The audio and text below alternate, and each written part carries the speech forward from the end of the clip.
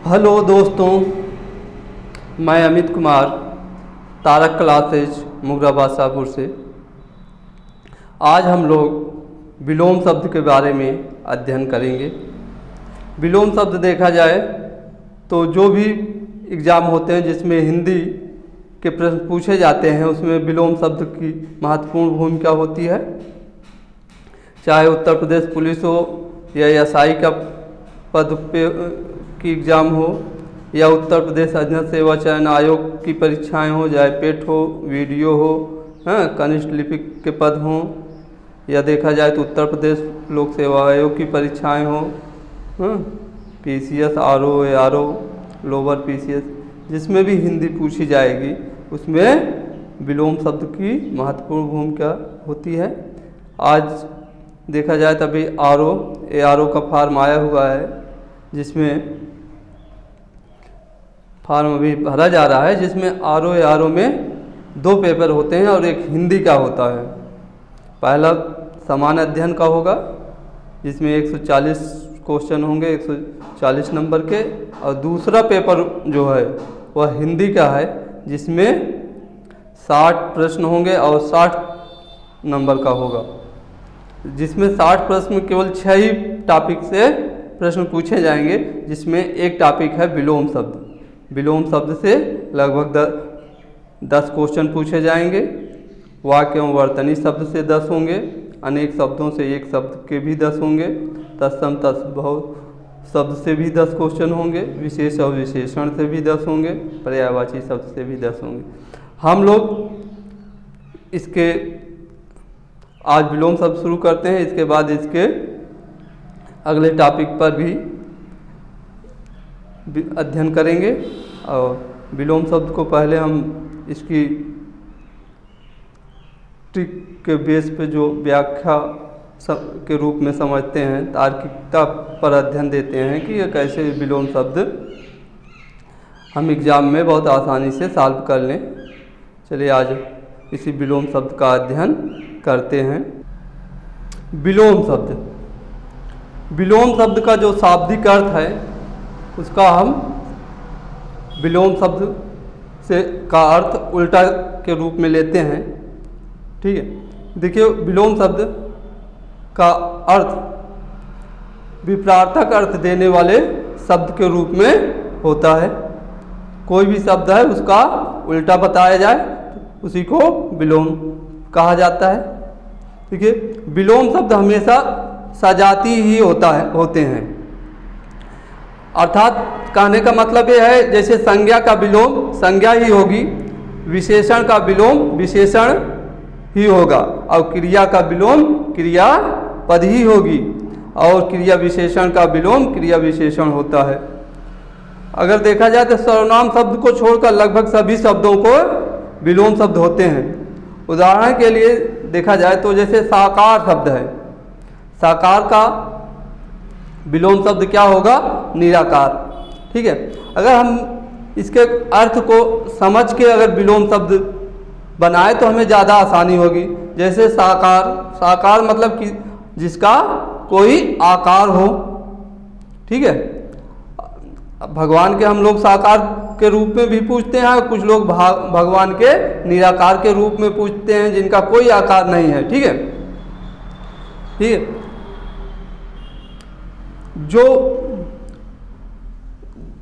जो कि सजाती है। ठीक है, साकार शब्द का विलोम जो निराकार है ये सजाती है, साकार के ही अर्थ में निराकार का प्रयोग होगा इसके विलोम अर्थ में। ठीक है, जैसे जन्म का विलोम मृत्यु, ठीक इसके विपरीत शब्द है। विलोम शब्द जहाँ भाषा की सहजता प्रदान करता है वहीं भाषा को अलंकृत भी करता है, सहज बना देता है, भाषा को सरल बना देता है, और इसे सुशोभित कर देता है विलोम शब्द। विलोम शब्द को हम अनेक प्रकार से बनाते हैं। जैसे कुछ शब्दों में उपसर्ग जोड़कर हम विलोम शब्द बनाते हैं, कुछ में प्रत्यय जोड़कर बनाते हैं। तो आज हम पहले चलते हैं उपसर्ग जोड़कर किन किन शब्दों को कैसे हम विलोम बनाएंगे। देखिए जैसे आ उपसर्ग जोड़कर हम विलोम शब्द बना सकते हैं। जैसे प्रत्यक्ष है, प्रत्यक्ष में आ अगर हम जोड़ दें तो अप्रत्यक्ष हो जाएगा। इसी प्रकार न्याय में आ जोड़ेंगे तो अन्याय हो जाएगा।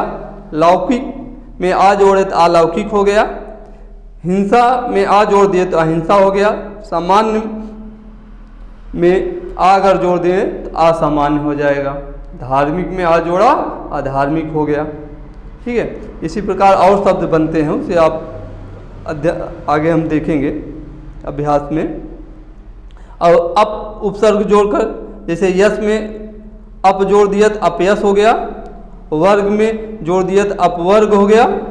मान में अप जोड़ दिया तो अपमान हो गया। कीर्ति में अब जोड़े तो अपकीर्ति हो गया। अब अन उपसर्ग जोड़कर जैसे उत्तरित में अन जोड़े तो अनुत्तरित हो गया। अस्तित्व में अन जोड़ दिए तो अनस्तित्व हो गया।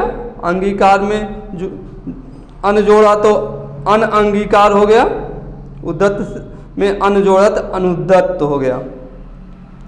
इसी प्रकार और हम देख लेते हैं। निस में निस उपसर्ग जोड़कर हम बनाते हैं। जैसे सक्रिय में निस जोड़ दिया तो निष्क्रिय हो गया। सशुल्क में निस जोड़े तो निःशुल्क हो जाएगा। सचेष्ट में निस जोड़े निश्चेष्ट हो जाएगा। ठीक है, अब निरपद उपसर्ग जोड़ते हैं। साकार में निर जोड़े निराकार हो गया। सापेक्ष में निर जोड़े निरापेक्ष हो गया। आदर में निर जोड़े तो निरादर हो गया। सामिस में निर जोड़े तो निरामिस हो गया। सलज्ज से में निर जोड़ देंगे निर्लज्ज हो जाएगा। वि उपसर्ग जोड़कर वि प्रत्यय बनाए जाते हैं। राग में अगर जोड़ेंगे तो विराग हो गया। देश में वि जोड़ दिया तो विदेश हो गया। सम्मुख में वि जोड़ा तो विमुख हो गया। योजना में जोड़ा तो वियोजना हो गया। प्रति उपसर्ग जोड़कर वादी से में प्रति जोड़ दिया तो प्रतिवादी हो गया। घात में जोड़ दिया तो प्रतिघात हो गया। रूप में जोड़ दिया प्रति तो प्रतिरूप हो गया। आगमन में जोड़ दिया तो प्रत्यागमन हो गया।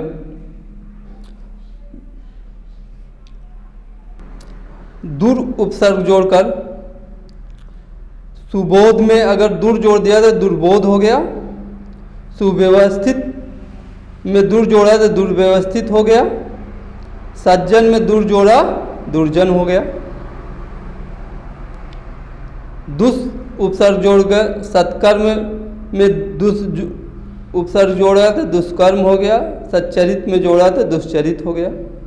कु उपसर्ग जोड़कर देखिए सुपुत्र को कुपुत्र हो जाएगा विलोम। सुपात्र का कुपात्र हो जाएगा। सुपाच्य का कुपाच्य हो जाएगा। सुमार्ग से कुमार्ग हो जाएगा कु उपसर्ग जोड़ने पर। अब हम उपसर्ग परिवर्तन द्वारा भी हम विलोम शब्द बनाते हैं। जैसे संयोग में सा उपसर्ग जुड़ा है योग में। अब यहाँ पे दूसरा वि उपसर्ग जोड़ देते हैं तो वियोग हो गया। ये विलोम बन गया संयोग का। वियोग विलोम होता है। जैसे आदान आ उपसर्ग जुड़ा है तो प्रदान हो जाएगा। प्र उपसर्ग जोड़ दिया गया। सुलभ में दुर्लभ हो जाएगा। निर्यात से आयात हो जाएगा। लिंग परिवर्तन द्वारा भी विलोम शब्द बनते हैं। जैसे राजा का रानी होगा। भाई का बहन होगा। वर का वधू होगा। माता का पिता होगा। बेटा का बेटी होगा। केवल लिंग परिवर्तन करने से होता है। इन सब बातों को हम ध्यान देंगे। उपसर्ग जोड़कर देख लेंगे हो रहा है। उपसर्ग परिवर्तन द्वारा देख लेंगे। लिंग परिवर्तन द्वारा भी देख लेंगे। ठीक है। प्रत्यावर्त प्रयुक्त शब्द परिवर्तन द्वारा, जैसे प्रत्ययावत प्रयुक्त शब्द परिवर्तन द्वारा भी हम प्रत्यय के दूसरा प्रत्यय जोड़ने पर जैसे विलोम बना देते हैं। केंद्र निगाली में केंद्र शब्द वही हो गया, निगाली को केंद्र निगाली से केंद्र पसारी हो जाएगा। दयापूर्ण, दया शब्द है मूल, पूर्ण प्रत्यय जुड़ा है और दया इसका विलोम बनाना ही है, तो दया वही है, पूर्ण प्रत्यय को हटाकर शून्य प्रत्यय जोड़ दिया तो हम उसका विलोम हो जाएगा। जैसे दया पूर्ण का दया शून्य हो जाएगा। श्रीयुत, श्रीयुत से इसका विलोम श्रीहीन हो जाएगा। गतिमान में प्रत्यय अगर हम दूसरा जोड़ देते हैं गतिहीन हो जाएगा। गति विकास, ठीक है, गतिहास हो जाएगा। ठीक है, हम प्रत्यय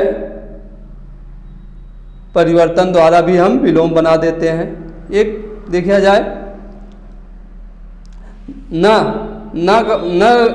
न्या है, ना और आधा यह है, तो न मतलब इसका मतलब नकारात्मक शब्दों से हम अर्थ लेंगे।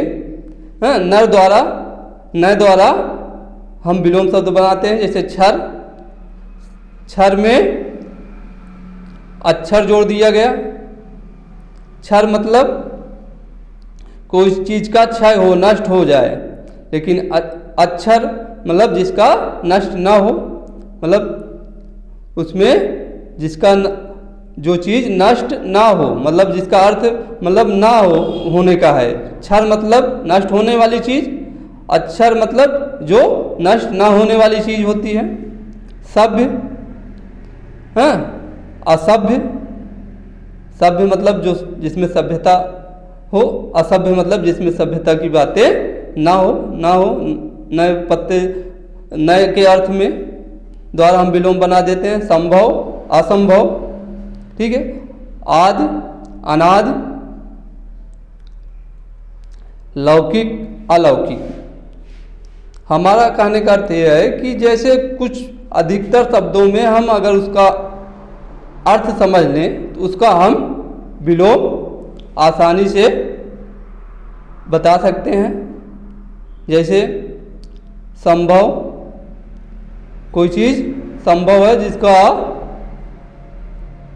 जो काम आसान हो, जिसे कोई भी चीज़ है उसे पाना आसान है, उसे हम संभव कहेंगे। असंभव, जिसको पाना संभव ना हो, जो काम आसानी से ना हो सके, उसे असंभव कहेंगे।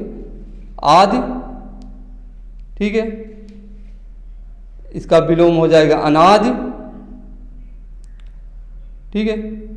आदि मतलब इसी तरह अनादि जिसका कोई अंत ना हो, आदि इसी तरह होता चलेगा, इसका अंत हो सकता है, लेकिन अनादि जिसका कोई अंत ना हो। लौकिक, लौकिक मतलब इस लोक की चीज़ें, वस्तुओं, इसका अलौकिक, इस लोक से परे की बात कही जाए तो अलौकिक चीज़ें कहा जाएगा, ठीक है। और भिन्न शब्द द्वारा भी होता है, जैसे लाभ का हानि होगा। लाभ मतलब लाभ का अर्थ है कि कोई फायदा होता रहे, हानि मतलब घाटा हो। मूक, मूक का अर्थ हमें पता हो तो हम सीधा मूक मतलब कम बोलना या ना बोलने वाला। वाचाल, बहुत ज़्यादा बोलने वाला। कटु, कटु मतलब कठोर वचन। मधुर, मधुर वचन हो जाए, मधुर हो जाएगा कटु। गुरु,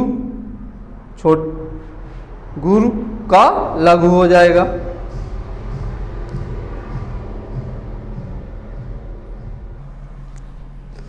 विलोम बनाने के लिए हम उसके अर्थ को समझेंगे, फिर उसमें हम उपसर्ग जोड़कर उसका विलोम बनाने का प्रयास करेंगे। लिंग परिवर्तन द्वारा हम प्रयास करेंगे। प्रत्यय को जोड़कर हम उसका विलोम बनाने की कोशिश करेंगे। और कुछ देखिए अधिकतर क्या होता है, इन बातों को ध्यान देकर हम विलोम शब्द बनाएंगे। आइए देखते हैं कुछ, अभ्यास करते हैं, इसके बाद अभ्यास की अगला पार्ट आएगा। देखिए इसमें आधुनिक का विलोम क्या होगा, समीचीन, अर्वाचीन, प्राचीन, समसामयिक। ठीक है, तो आधुनिक का मतलब है वर्तमान समय की बात कही जा रही है। इसका अर्थ हमें पता चल गया, तो इसका उल्टा क्या हो जाएगा, प्राचीन। तो इसका विलोम क्या हो जाएगा, सी। जैसे आधुनिक का विलोम प्राचीन होता है। ठीक है, इसी प्रकार अगर समीचीन का विलोम शब्द देखें तो असमीचीन हो जाएगा। अर्वाचीन का विलोम शब्द प्राचीन ही होगा, तथा समसामयिकी का विलोम शब्द असमसामयिक होता है। आइए बताइए आप लोग, जैसे अभ्यंतर का विलोम शब्द क्या होगा, बाह्य होगा, अंदर होगा, मध्य होगा, अभी होगा। क्या होगा, ए होगा कि बी होगा, सी होगा कि डी होगा। ठीक है, दा लिख दिया गया है, टाइपिंग मिस्टेक, सॉरी। अभ्यंतर का हम अर्थ खोजने का प्रयास करेंगे। इसमें हमारा न प्रत्यय से बन रहा है न उपसर्ग से बन रहा है, न लिंग परिवर्तन से। तो हम इसका अर्थ से देखते हैं। अभ्यंतर मतलब अंदर की तरफ, इसका अर्थ यही होगा अभ्यंतर, अंदर की तरफ। इसका विलोम तब क्या हो जाएगा, बाय, क्योंकि अंदर की तरफ, अंदर का मतलब इसका तो समानार्थी शब्द हो जाएगा, लेकिन इसका विलोम हमें बताना है, तो विलोम क्या हो जाएगा, बाय। ठीक है, देखिए अभ्यंतर का अर्थ क्या हो जाएगा, आंतरिक या अंदर की या भीतरी, आंतरिक स्थान। ठीक है, ये सब इसके समानार्थी शब्द हैं। अभ्यंतर का अर्थ क्या हो जाएगा, आंतरिक या अंदर का या भीतरी या आंतरिक स्थान या अंतर्वर्ती आदि होगा। आदि में अभ्यंतर के क्या है, पर्यायवाची या समानार्थी शब्द हैं। जबकि इसका विलोम, अभ्यंतर का विलोम शब्द क्या हो जाएगा, इसका उल्टा शब्द होगा, बाह्य या बाहरी या बाहस्थ या पार आदि होंगे इसका विलोम शब्द। आदि मतलब इसी प्रकार और शब्द हो सकते हैं। ठीक है, अब क्वेश्चन नंबर 3 में देखिए, प्रथम का उपयुक्त विपरार्थक शब्द क्या होगा, बताइए आप लोग। प्रथम का क्या होगा, प्रधान होगा, गौड़ होगा, अंतिम होगा, प्रत्यक्ष होगा। प्रथम मतलब इसका अर्थ क्या हो जाएगा, प्रथम का मतलब पहला। इसका अर्थ प्रथम का मतलब पहला। जब पहला में समझ में आ गया तो इसका विलोम प्रथम का क्या हो जाएगा, अंतिम होगा। और इससे भी एक और ट्रिक हम बता रहे हैं कि कोई अगर लास्ट में वही अक्षर दिख जाए, जैसे प्रथम में लास्ट अक्षर क्या है, माँ है, और अंतिम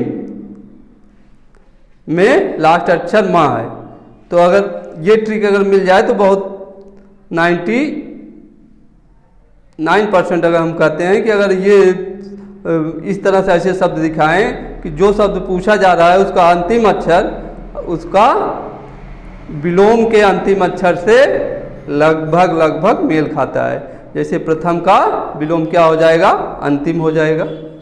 ये भी एक ट्रिक अपना नोट कर लीजिए, इस तरह से भी कर दीजिए। लिंग परिवर्तन, उपसर्ग, इन सब के प्रयोग के द्वारा अगर नहीं होता है तो ये अंतिम अक्षर भी मिला लीजिए, अर्थ उसके अर्थ से देखिए। ठीक है, देखिए इसकी व्याख्या देख लेते हैं हम लोग। प्रथम का उपयुक्त विपरार्थक शब्द क्या होगा, अंतिम होगा।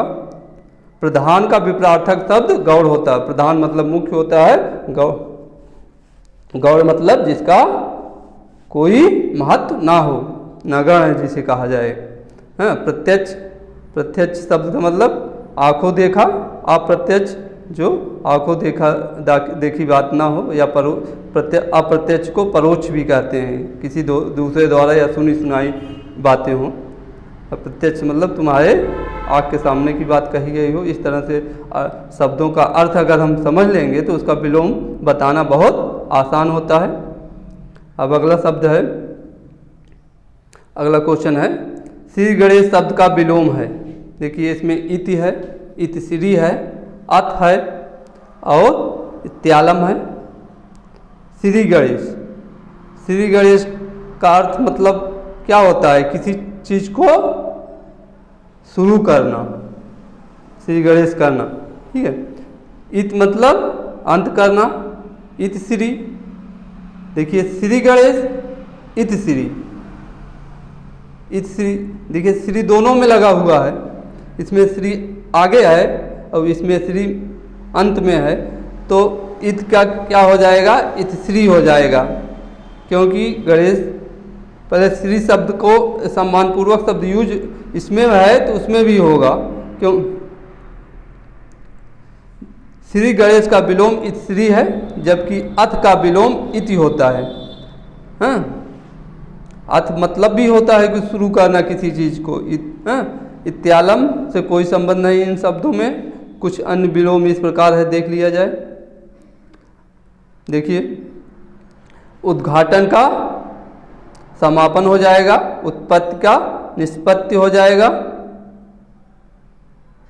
उत्थान का पतन हो जाएगा, सूत्रपात का उपसंहार हो जाएगा, प्रारंभ का अंत हो जाएगा, अठाना का पुगाना हो जाएगा। अब अगला विलोम शब्द बताइए आप लोग। सदाचार का विलोम है आचार, सदाचारी, अपराध, अन्याय। सदाचार का विलोम क्या होगा? आचार, कदाचार, अपराध, अन्याय। सदाचार का विलोम क्या हो जाएगा? देखिए अगर देखा जाए तो अंतिम शब्द मिल रहे हैं, स्ट्रिक से भी हो जाएगा, हाँ, लेकिन दो में मिल रहे हैं, सदाचार। हाँ, आचार में भी 4 मिल रहा है, कदाचार में भी 4 मिल रहा है, ठीक है।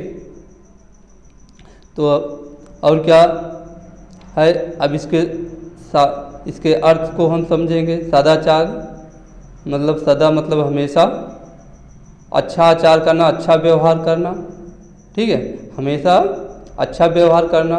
कदाचार मतलब कभी कभी अच्छा व्यवहार करना। तो अगर इस अर्थ से हम अगर देखें तो सदाचार का कदाचार होगा। चलिए अब अगला, सदाचार का विलोम कदाचार होता है। सदाचार के अन्य विलोम भी हो सकते हैं, कभी कभी कदाचार ना देकर अनाचार दे सकता है अथवा दुराचार दे सकता है। हाँ, तो ये भी ध्यान रखना कि इसका अर्थ देखिए, जो विलोम अनाचार होगा वही कदाचार होगा, वही उसी सेंस में दुराचार भी होता है। आचार का विलोम अनाचार,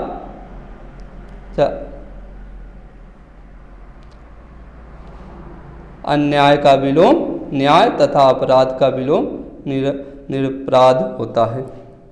चलिए अब इससे आगे का वीडियो अगले पार्ट में दिया जाएगा, इसमें अभ्यास कराया जाएगा, इसमें ट्रिक बताने की कोशिश हमने की है। यदि आप लोग को पसंद आई हो तो लाइक और सब्सक्राइब कीजिए। धन्यवाद।